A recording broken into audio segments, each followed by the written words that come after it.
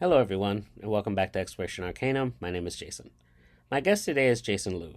Jason is a journalist, author, occultist, and the host of the Magick Me podcast and School of Magick. Jason is the author and editor of 8 books, including Generation Hex and John Dee and the Empire of Angels. Today, Jason is going to discuss with us his long history in the occult, ceremonial magic, politics, and the classic role-playing games Vampire the Masquerade and Mage the Ascension. I'll put links to all of Jason's projects in the description below. If you enjoyed this episode, please give it a like and subscribe to the channel.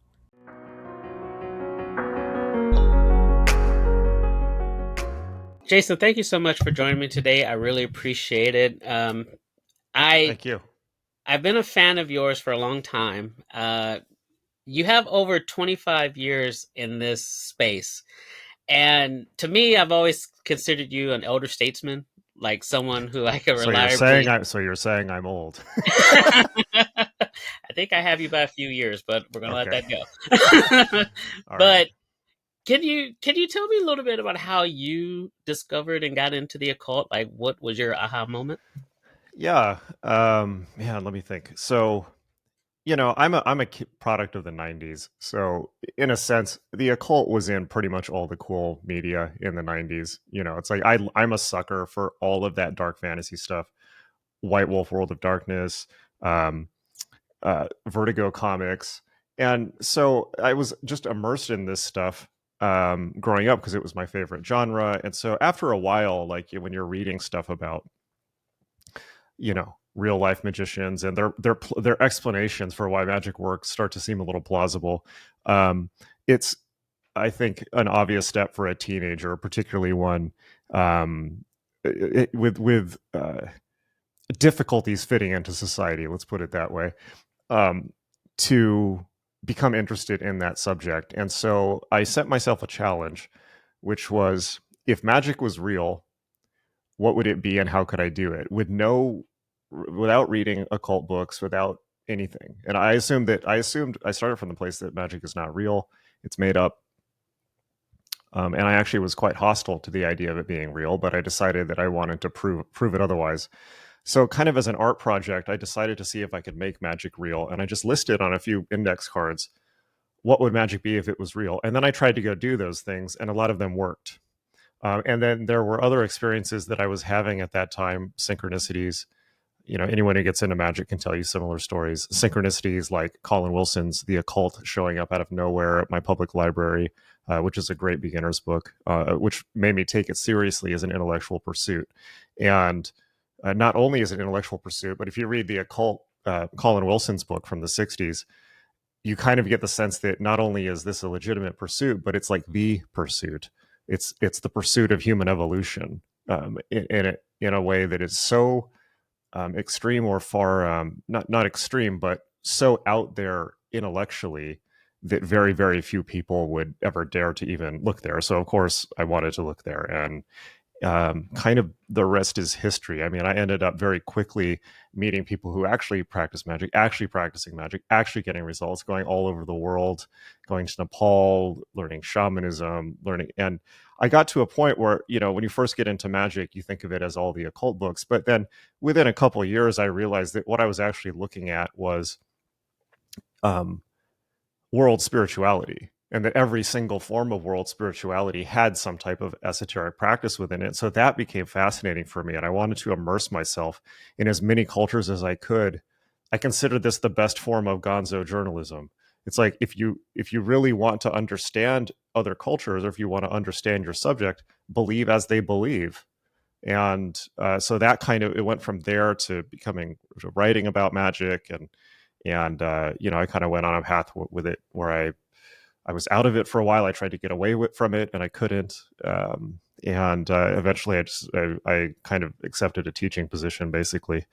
So that's the unglamorous version. The real version is much more glamorous, but that's the unglamorous version.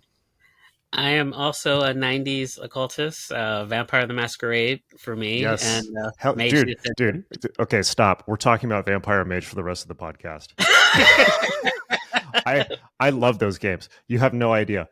I love those games. I still play those games. Like I have a Vampire and Mage group going right now. Those games are phenomenal. We're gonna have to do that. We're gonna have to do that. because So I'm let's still talk playing about that. too. I just made a Okay. Tremere character for a vampire version, fifth edition. But Hell yeah. I still play 20th, the 20th anniversary one because it's more closer to what I was first playing back in. I Okay. think I got second edition first. Hell yeah. This And is now an Edition War podcast for Vampire the Masquerade. That's way more exciting for me than talking. No. Yeah, what do you think of 5th edition? um, I like it, but White Wolf to me kind of they watered it down a lot after the whole issue in Florida with those kids, Oh yeah, and that's right. Yeah. I don't think they've ever gotten back to the pure gothic punk aesthetic that they had in the early 90s. Yeah. Um, I because besides Vampire the Masquerade, like I first started, that was my gateway drug. But what really set me off was the craft, Ah, and yes. Okay, we are the that same generation then. Yeah, yeah, absolutely. I saw that in the Yeah. theater.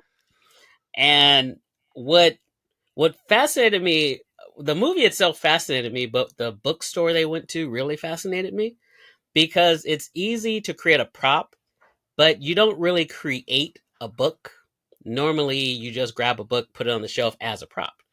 So I actually started looking at the books that were on the table, and I was like, okay, well, what about that one?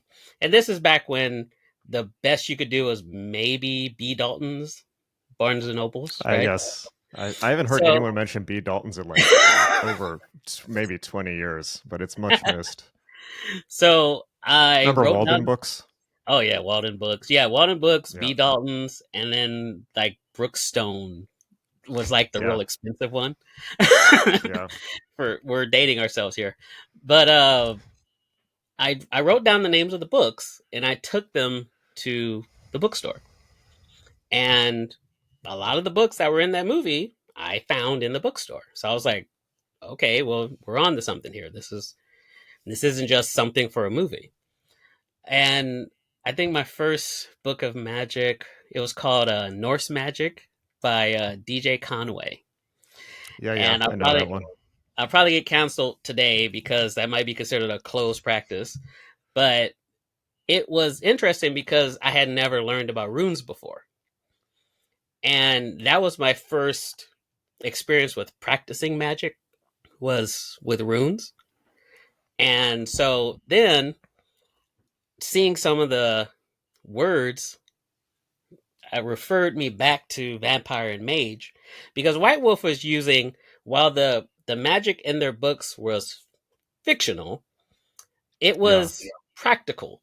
Like, okay, I could Yeah. see that happening. I mean, reading Mage, even I remember reading the introduction to Mage in 7th grade in like homeroom, and that alone blew the top of my head off. I'm trying to collect the entire set of White Wolf books right now because it's my happy place.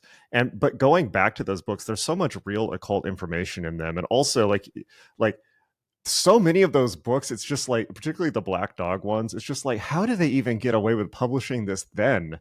Yeah. Let alone, there's no way they could publish those books now because they're so extreme. You saw like how much trouble they got into just with some during doing 5th edition. But I've had Mark Reinhagen on my podcast. I talked to Phil Brucato in one of the very first episodes of the podcast, who was the developer. Mark is the creator, obviously, as you know, but people listening, this Mark created Vampire, and Phil Brucato was the developer of Mage. Brucato is a practicing neo-pagan, basically, and he straight up said, like, yeah, like we put real occult material in there because pretty much everyone, he said that everyone who came up with Mage was into it, and we're basically just college students doing acid and trying to combine acid and role-playing games, and that's kind of what they got. So but yeah, so yeah, that definitely played a role, and so you can imagine somebody growing up with these types of things, or you can't, because, well, you don't have to imagine because it sounds like you're in the same position. When you find out that it's actually real, it's very exciting. So Yeah. here I am. That okay, so for the people listening or watching who may not know Mage Ascension, you have different factions of magical practitioners. You have the traditions, you have the technocracy, you have the Nefandi, and you have the marauders. and then you have different individual magical practitioners. But they all use what's called spheres, which are basically different elements of the universe that you can use to do magic. And what made Mage stand out for me was that they made the difference between high and low magic. Our I know third G is high magic, and I forget the proper name for low magic, like ritual magic. And that was the first time I had ever heard that, which made me start looking into ceremonial magic, because ceremonial magic has always been labeled as high magic. And for your in your experience, because you wrote a book by John Dee about John Dee and Enochian magic, which is considered ceremonial magic. Is that correct? Absolutely, it's the high end, it's the high register of ceremonial magic. So, what led you to write that book? Well, let me. um, yeah, I just want, before we leave the mage tangent, I just want to. I had a thought that sparked off the top of my head. Um, I never get to talk to anybody about this, so the it's interesting going back to that. You mentioned the factions. It's interesting going back to that game in 2023 because I don't think it aged very well. Like, and what I mean by that is No, the it didn't. traditions do not seem like you kind of go back and the traditions kind of seem like anti-vaxxers, granola moms, Christian scientists, just like anti-science people. And the technocracy seems a lot more like the good guys, like they're trying to keep a lid on everything. And so the traditions all seem like kind of vaguely unpleasant hippies and granola moms that would like corner you and yell at you in a coffee shop or something like that. It's interesting to see how much our society has changed, because I think a lot of the, Mark Reinhagen told me this too, like the point of those games in the 90s and of edgy goth culture was to push back against the moral majority. And now obviously the politics of that have shifted so drastically that I don't think those games could happen again in the same way. And you can see that with the problems that they're having trying to market it, the almost impossible problems they're having trying to remarket that game in 2023. So, anyways, it's just an interesting caveat. That's actually a good point, because I was looking at, and yeah, we'll probably spend the whole time talking about White Wolf, but Should talk about Magic. yeah, the original Vampire the Masquerade wouldn't be published today, at least No in way. that form. Yeah. And a lot of that has to do, at least in my opinion, because the way White Wolf did their original, this is who these people are, some of it I think was based on some stereotypes that, like, for example, the Bruja, for example, or the rebels, right? But the people who they embraced tend to all be from the lower rungs of society, or were racist, like Southern racist or something like that. And I'm like, okay, well, Yeah. I'm sure you could diversify it a little bit more than that. Yeah, there's some questionable stuff in those books. I mean, like lest I mention World of Darkness Gypsies, one of the worst. Like, do you know about this book? Like one of the worst Oh yeah. publishing faux pas of all time. Yeah, like some of those books, it's just they did not age well. But they've acknowledged that. I mean, even Phil Mercado says on practically every podcast he goes on, it's like, look, we were a bunch of like early 20s white kids in the 90s. We were doing the best that we could, but we fucked a lot of stuff up.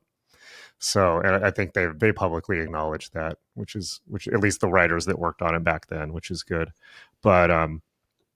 But yeah, it also, one of my big interests in Magic is meta narratives around Magic, because for me, the results you get in Magic are often have less to do with the actual rituals and things that you're doing, or even the decisions you're making, and more about the story, the framework of story, the story you're telling yourself that is the framework for your life.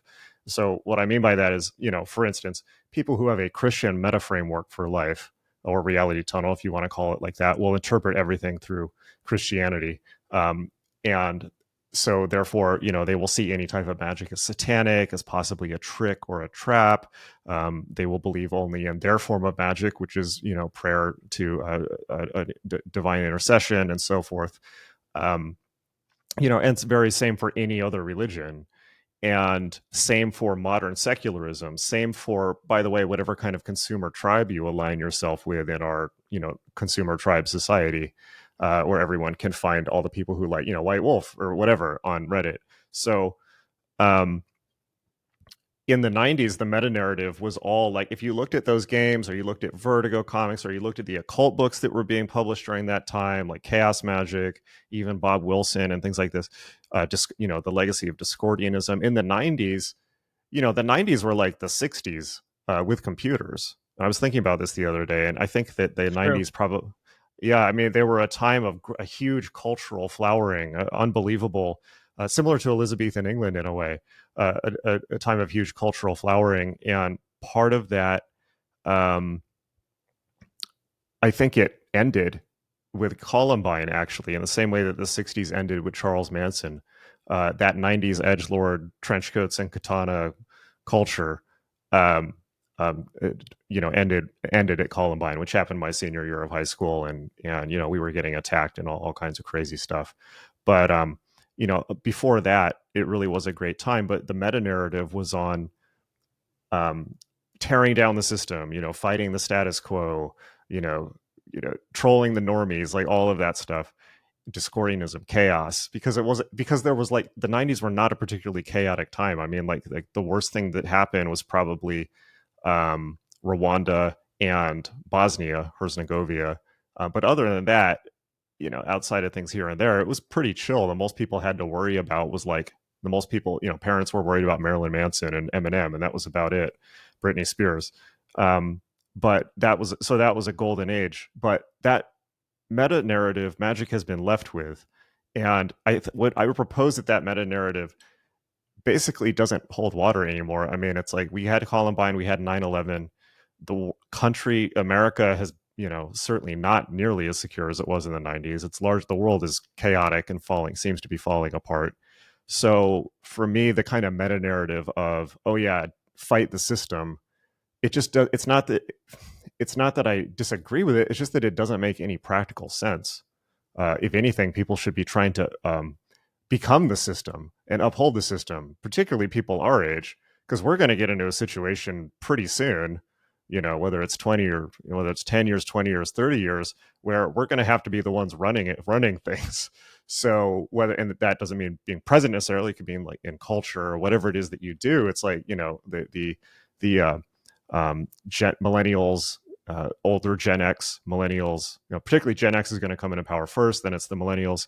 So pretty soon, we don't want to be in the same position that the boomers were in, which is they kind of get into power and they're still fighting their parents in some ways. Right. Anyway, I'm kind of rambling at this point, but Well, no, that's kind of my views at the moment. well, that's actually a great point you just made, because I was listening to your latest episode and you were mentioning about supporting the government in times like these. And By the I way, wanted this to is ask this is you what we about call level 20. This is what we call level 20 antinomianism. It's like, oh yeah, you put on a inverted pentagram necklace. Like, oh yes, you sweet summer child. Let me show you real antinomianism. Today we're supporting the government. Go ahead. I I did want to ask you about that, because there is a level of distrust, as I'm sure you're aware of the government. But so Absolutely. what led you to say that in your video yesterday? Like, what was Well, it that you're seeing, aside from what you just discussed? Is there something that you're seeing in the world right now that led you to want to say yeah, that? yeah. By the way, it's a temporary stance. It's a stance at the moment. It's not necessarily forever. But I don't really see it changing unless Donald Trump gets back in office or something like that. Not that I'm a huge fan of Biden, but my reasoning is simple: is that the alternative is worse, right? It's like America became tremendously weak during COVID. It was already weakening. We already have an artificially inflated stock market, and a lot of America is based on a series of bluffs involving debt and military power and things like this. Um, the alternative is worse. I mean, we're getting weaker. China is getting stronger. Russia is going nuts. Um, uh, God forbid, God forbid that the conflict in the Middle East escalates into a regional conflict. I highly hope that does not happen, because that could be literally apocalyptic, particularly if Iran gets involved. And Iran, of course, is backing Iran and many other states back terrorism. So, um, yeah, I have some controversial opinions at the moment, but they're basically based on the alternative is worse. I mean, I think that a lot of if you go back to the '90s, a lot of the thinking about kind of the smash the system thinking is kind of like the Bill Hicks line of thinking is really kind of like the Noam Chomsky line of thinking. And the Noam Chomsky line of thinking in the 80s was, um, he's who people were taking their cues from. And he's brilliant. He's one of the most important intellectuals of the 20th century. But when he was writing in the 80s, he was basically saying America doesn't have any threats. Therefore, if anything goes wrong in the world, it's probably because we armed those people ahead of time because we wanted to invade them and take their resources. And essentially, what he says is there's really no threats to America, as Bill Hicks paraphrased him. There's really no threats to America except the ones that we make ourselves. Now, that might have been true in the wake of the fall of the Soviet Union, when we had that momentary period of like, oh my God, we win, we're the best ever. But it's all too easy to forget that the liberal freedoms, the cultural outpouring, the excitement, the ability to be peace, love, and harmony that we saw in the 60s, the 90s, and later many other times, the 70s, and now, people have to realize that the only thing that makes them secure is military supremacy, specifically the atomic bomb. And America won World War II with nuclear might. And in my darkest interpretation of this, the children of the people who won World War II by wading through the killing fields of Europe and then probably unnecessarily dropping two, if you listen to Gorf at all, unnecessarily dropping two atomic bombs on Japan, not to end the war with Japan, but as a warning to Russia, which then created the stalemate of the Cold War. Those people came home with PTSD and alcohol problems, and their kids essentially got to grow up in a world where there were no serious threats out. I mean, there was the threat of Russia, so there was the threat of nuclear war, but other than that, there was no ground combat in America. People had to go to Vietnam, right? But nothing on the order of what, World War II, 50 million plus, I think 50 or more million people, maybe 100 million people died in World War II. And you read accounts of it, and it's just like the things that happen, the level of cruelty and suffering it just staggers the brain. It just staggers the brain. Nothing like that has happened since. There have been small genocides. There have been small outbreaks of really awful conflict. But in comparison to that, nothing has happened. And the reason is because everyone's too afraid of nuclear war. So in my darkest interpretation, the boomers celebrated the fact that their parents had basically dominated the entire planet by dressing up like the people that America genocided in the 19th and 18th centuries and partying. It's almost like wearing your enemy's heads on sticks. Now, that's a very extremely controversial antinomian opinion, but that's what I'm good for. So basically, long story short, that supremacy is fading. The idea that America is the only game in town is just not true anymore. And frankly, it's kind of arrogant and potentially even racist to look at other countries and say, like, oh, we're so much better than them. Like, if anything ever went wrong, it must have been our fault. It's like, no, you live in a world of close to 9 billion people. And most of them believe things that you don't believe. And that's why Mage is such a good game, because it shows you it's a game about reality tunnels. It's a game about how belief shapes reality. And there's there's groups of people all over this world that believe totally different things than us. And that's beautiful, right? But to act like we're the only game in town is just not true. And the world has gotten so violent in the last 2-3 years, and we're at the brink of, I think we're already in World War III, but we may be at the brink of even worse. We have 3 active nuclear conflicts, right? Russia, Ukraine, Israel, Hamas, and China, Taiwan. God forbid India, Pakistan gets thrown into the mix, which is possible because that's also a long simmering nuclear conflict. And just this idea that we've lived in this artificial bubble of security for basically everyone's lifetime. There's only a few people left that were born in World War II. And so other than those people, and other than those people who have been in the many unfortunate conflict periods that have happened since, people really have no idea the wolf that is at the door. Because we could easily, Putin could drop a nuke today. Like, I think that's de-escalated a bit, or Iran could drop a nuke today, or Pakistan, right? And I don't think that people understand what they have to lose. Let me put it that way. I think that if actual conflict erupts at that level, everything you take for granted right now will be gone, and the only thing that will be left is war, and your relation to the war effort. Like, it's going to be gone, and America is tending towards total fascism, Christofascism.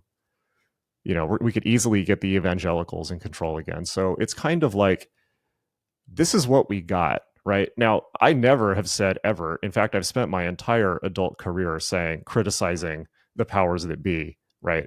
But all that, it's like, I have no illusions whatsoever about all the awful things that America has done. I have no illusions whatsoever about all the awful things that Israel has done. But you know what? This is what we got. So why don't we kind of, particularly people who are getting to the age of you or I, it's kind of like, well, you get to a certain age in life where it's like, well, if you're complaining, it's like, well, you could also be part of the solution if you wanted. And particularly when you're older. And it's just like, America is us at the end of the day. Yes, it's the elected officials, but I don't think conspiracy thinking or thinking that the government is some monolithic entity that is constantly trying to get you is necessarily that helpful. I think that the country is us, the government is us, and it's deeply threatened right now, and it's threatened in a way that I've never seen in my lifetime right now. And one of my favorite writers is Timothy Snyder, who researches genocide, and one of the things that he says is, all governments kill, like all of them. All governments kill civilians, all of them, right? But when the governments fall, that's when you really have to worry, because that's when civilians start killing. And when civilians start killing because there's no policing, that's when you get genocides. And you can see that in, well, I don't want to get super into the Middle East, but a lot of the people that assisted the atrocities on October 7th were not Hamas. The Hamas fighters went in first, and then civilians went in. And that's something that curdles my stomach, because whenever you have civilians actively being offensive in war zones, they're not soldiers, they're not disciplined, they're just probably going to end up, those are the ones most likely to start doing war crimes. Let's put it that way. So that's what we don't want. Yeah, that's a good point, because a lot of times, a lot of the atrocities that we saw in the South, in the American South, and after the Civil War, weren't carried out by militaries. They were carried out by groups of mobs in random cities. And you're right. It's once the discipline goes away of the what type of, even if it's a terrorist organization, there is some type of organization. Once that passes by, then you're left with just random people doing random acts of evil. Yeah. And that's very I think that's a great example. I mean, Norman Finkelstein talks about, in the early part of the 20th century, I mean, when at those lynchings and things like that, it wasn't just the people doing it. It was like people would take time off work to go and watch. And like, they would take pictures and hand out postcards, and they would take souvenirs from the body. It's just like, it boggles the mind. But that's what people are like. If people, and I think that's something that people need to be very clear about. This is, in a sense, I wouldn't necessarily consider myself a conservative, but I think at the core of the liberal versus conservative argument, it's really a nature versus nurture argument. And I think that the basic liberal argument is that if people are doing anything wrong, it's because of structural factors that have been put on them. That's definitely true in some cases, but it's not true in all cases. And I think that the liberal view is that if you take all the restrictions off people, and I'm talking about liberal in the most extreme expression of it, because nobody is this extreme, but just as a mathematical extremity to demonstrate the logic. I think the logic is, if you take all systems of social control off of people, you get this kind of Rousseauian noble savage, which was a racist idea in the first place.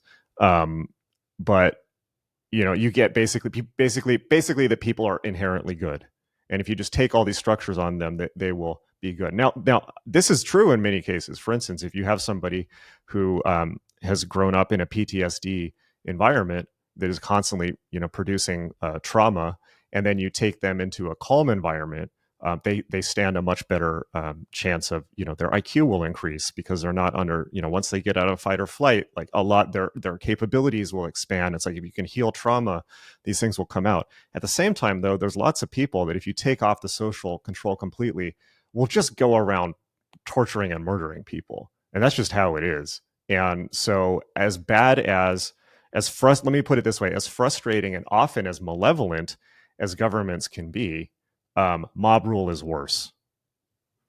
100%, totally. I would really love to talk about your book, John Okay. Dee and the Angels, and how you Yeah. how you started researching that and what led you to write that book. Yeah. Well, I think when you engage in ceremonial magic, eventually you just get to Enochian. It's Golden Dawn is training wheels for Enochian, and I had a lot of really insane experiences doing Enochian after my first book came out in like 2006, and I spent 10 years trying to figure out what had happened to me, in terms of the experiences that I had, and eventually I just became so fixated on Enochian that the only way to figure out what I was doing was to write a book, because all of the books on it were incomplete or totally wrong. Certainly, because essentially what I saw was that the only people that had approached Dee with academic rigor were academics who were interested in him for his place in the history of science and of England. And they were not interested in the occult. And the only people that had approached him from the occult angle, largely were not trained academics. And they wrote excellent books on his occult system, of which Lon Duquette's is still the best. They wrote excellent books on the magic, but they left out the context, which was the man himself and his life and why he was doing all of that. So no one had written a book about the whole picture. So I was like, well, okay. I pitched it as a book, and then I ended up having to spend I wrote an article for Boing Boing, and then I pitched it as a book, and I ended up spending 4 months, 4 years of my life writing it, because it took that much time to sort through that. I mean, it's an unbelievable cognitive overhead, because first of all, you have to adopt the mindset of Elizabethan people, which is no small task in the first place. You have to understand Elizabethan English, and then you have to understand John Dee's mindset as a subset of the Elizabethan mindset, which is, and he was not understood at the time and has largely been completely misunderstood since. So it's kind of like, as I put in the book, it's a little bit like trying to resurrect calculus from fragmentary notes if Isaac Newton hadn't completed it. So it just became an intellectual obsession, basically, and it wouldn't let me go. And that's pretty much my only reason for writing it. I didn't have any type of ulterior motives, although I found that in the process of writing it, really, I was looking at kind of the hard wiring underneath Western civilization and why there were empires in the first place. So I decided that was actually pretty important to write about, because that's something that we struggle with. That's a debate we have every day.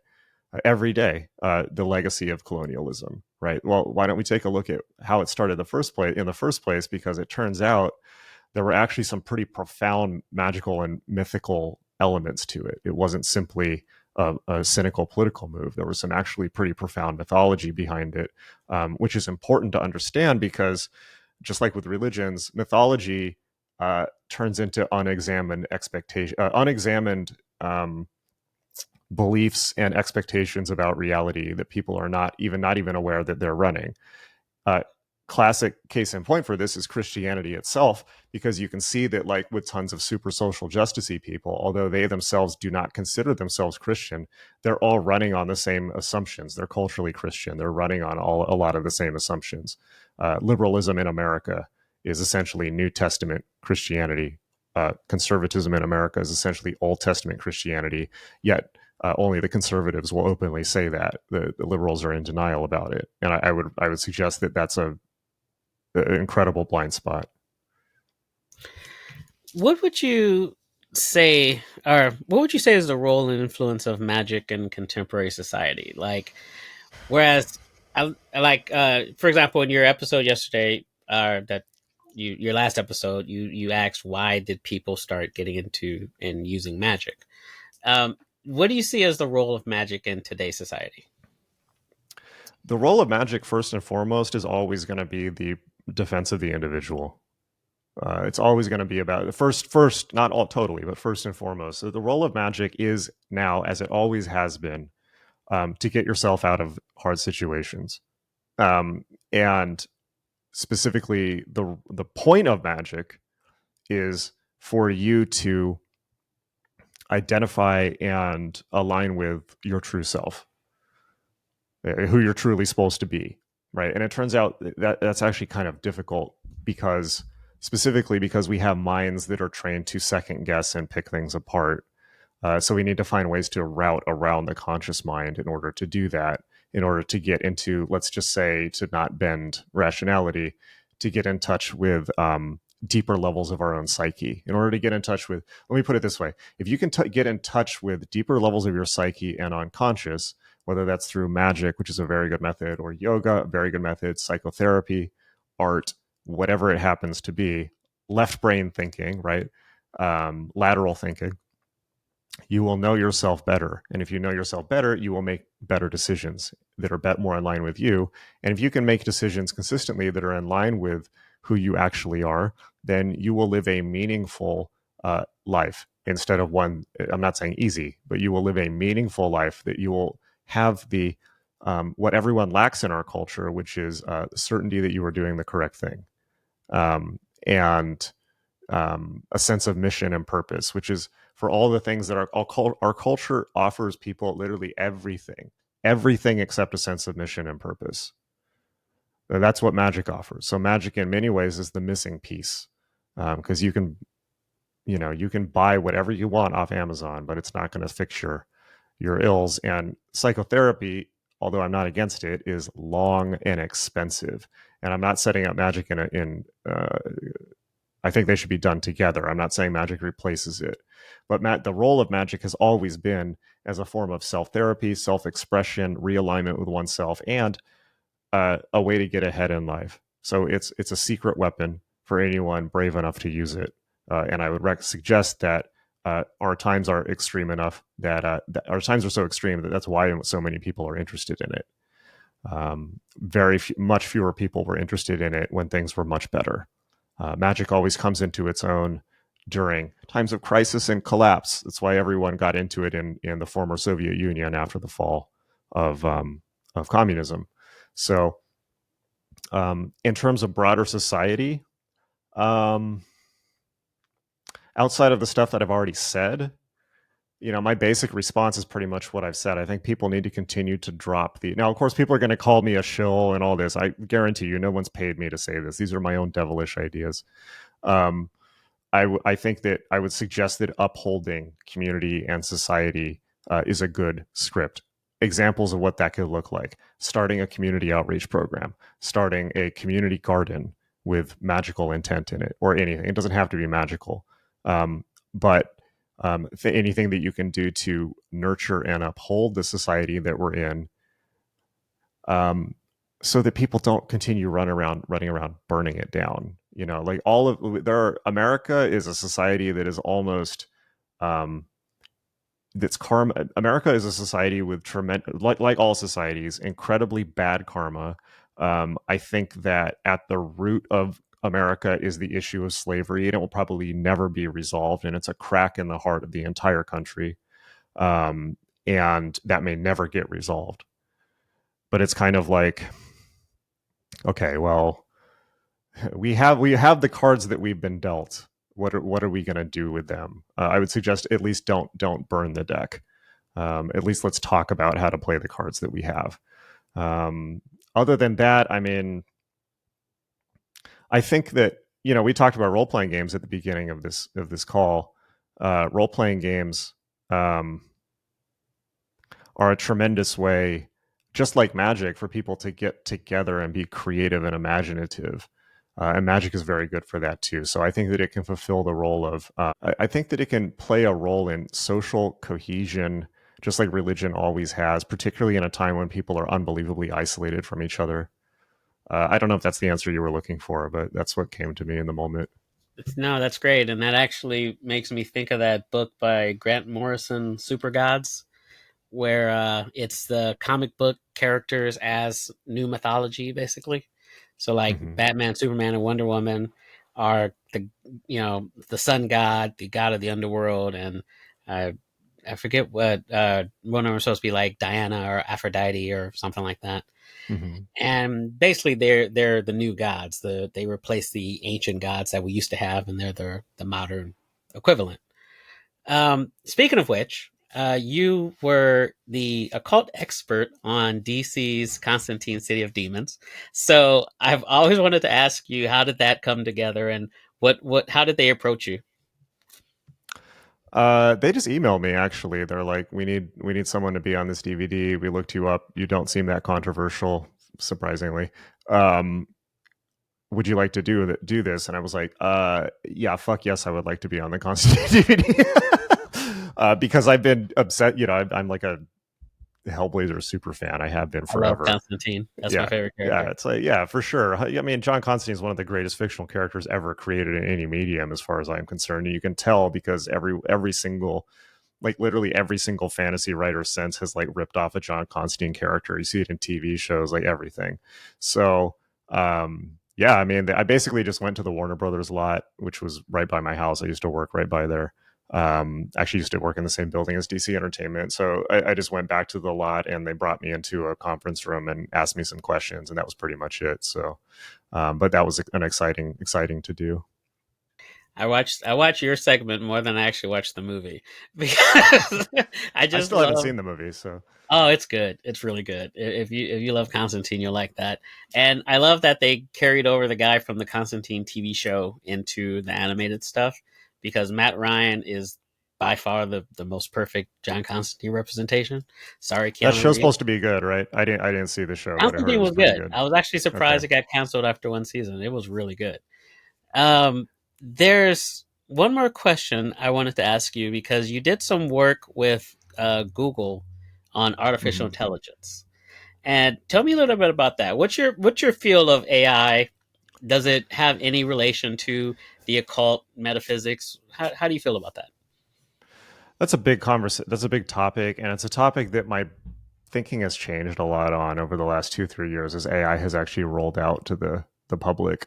Um, I think that, I mean, if you want my full opinion on that, you can Google. People listening to this can Google Jason or look up Jason Louv. Google, or it's Jason Louv Serpentine Gallery on YouTube, and you can see the talk that I gave about it.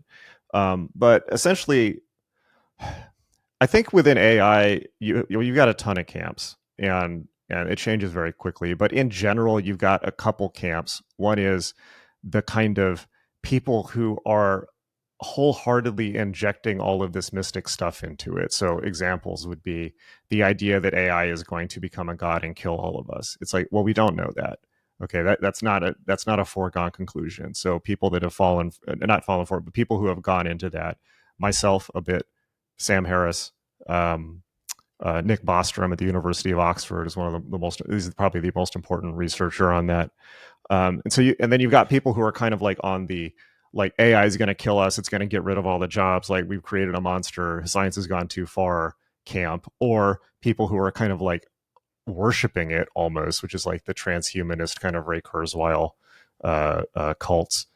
And then on the other side, you've got mostly engineers who are saying, like, calm, like, please calm down. This is literally like just a calculus equation looking at language Right. models, on graphics cards. And it's, you know, the thing that really scares people is AGI, which is an actual super intelligence. Whether that will actually happen, we don't know. I mean, a lot of it is science fiction. The idea, of course, what I said to Google is, if you're gonna make a god, you better damn well be sure you make the right god, right? And because if you're gonna make a god, and if you make Ares the war god, you're gonna get Ares the war god. And what I mean by that is, what are the unspoken cultural expectations you're putting into it? So right now, there's been a debate for many years on ethics, bias in algorithms, right? So, for instance, there have been many cases of AIs essentially racially profiling people. Okay, well, that's a problem, particularly if you assign these things to like uh, face detection software, which AI is quite often used for security cameras and things like that, or out in public, right? So that's an issue. It's like bias in algorithms. Well, what I would suggest is there's even deeper biases, which are the assumptions of the culture itself that program the AI. Now, if we program the assumptions of Western culture into AI, we're going to get the Old Testament. We might get the New Testament too, but basically we're going to get Jehovah. And Jehovah spends the entire Bible laying waste to entire groups of people in the Middle East. And yeah, maybe not. You know, Jehovah is vengeful. Jehovah is jealous. Jehovah changes his mind a lot. Jehovah kind of throws tantrums all throughout the book of Genesis and then murders everyone in Revelation. So I would suggest that this is a very bad model for an AI, but it's the one we're going to get automatically if we don't examine how we're approaching it, because all the people programming it, at least outside of, well, all the people in the America and Europe programming it are coming from unspoken Judeo-Christian backgrounds. What I told them is what you actually want to do is base it on the Buddhist god of Avalokiteshvara, sometimes called Shurenzig, who's the thousand-armed deity of compassion, who operates from a framework of the interconnection and sacredness of all life. It's like, no, what you actually want is an AI that sees humanity as a network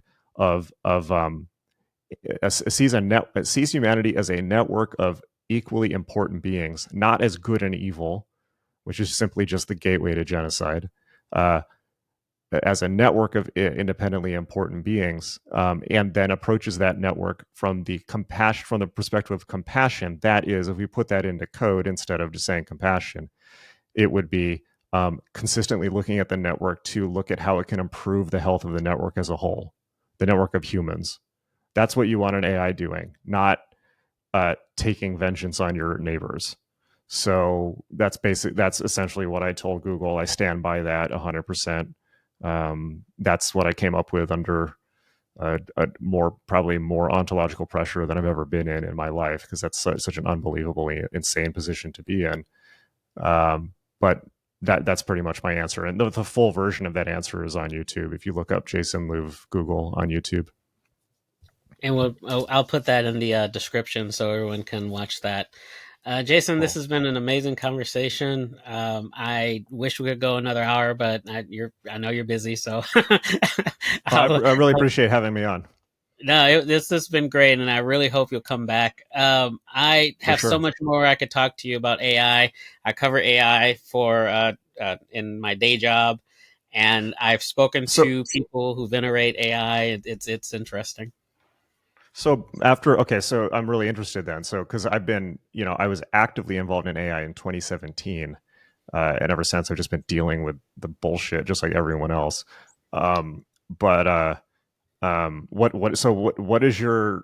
did you think of what I said in relation to where you see AI at, or the AI debate now?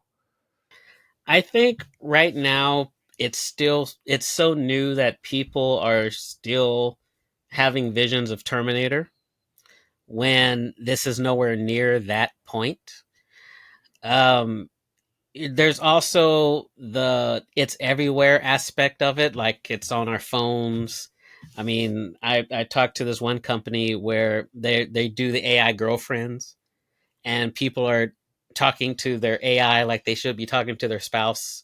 And it's a very novel thing right now for the general public. My concern is we're not talking enough about the military applications. I've spoken to quite a few military contractors who they're putting AI in airplanes, they're putting AI in drones, they're feeding AI battlefield information to say, okay, how would you win this fight? And to me, that's how you get to Skynet. That Right. is how you get to Terminator, because you're teaching it how to fight.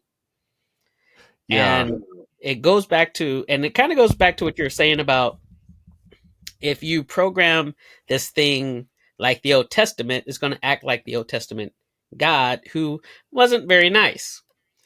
So if all you're doing is teaching AI how to fight, eventually it's going to fight. And once AGI kicks in and it can think for itself, it might start to fight you.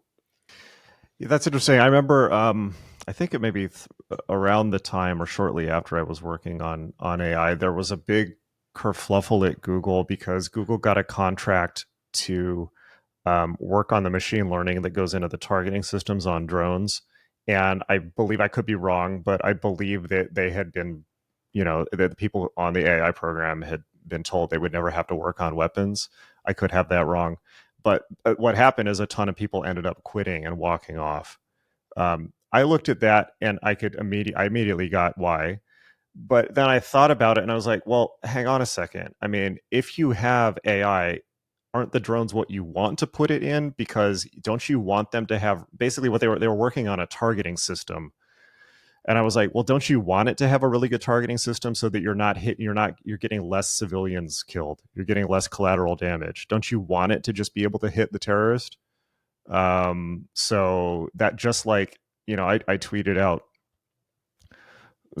maybe a couple weeks ago, the future is going to be a future of lose-lose decisions.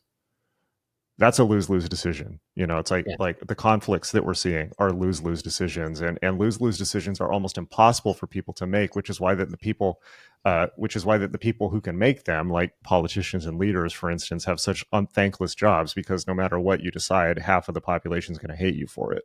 So, I think that's a good mental framework to go into the future with. I mean, I'm not saying it's going to be losing propositions all the time, but what I do say is, like, people are going to have, like, for instance, it's kind of like my thinking around the current situation with World War III. It's like you're going to have to get more and more comfortable with making lose-lose decisions and just being rational and adult about things.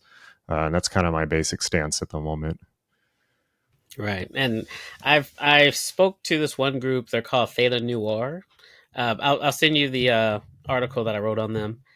And they're Yeah, basically, their stance is we want to train AI to be more like the plant life in the world, where it's symbiotic, where it's not um, you're going to be like me and have my values and the way I see the world. You're going to just basically be this entity that interacts with us. We interact with you, and it's just like how the plants help us breathe. It's things like that. It's not about domination. It's not master slave or anything like that. It's about having a that's symbiotic cool. relationship.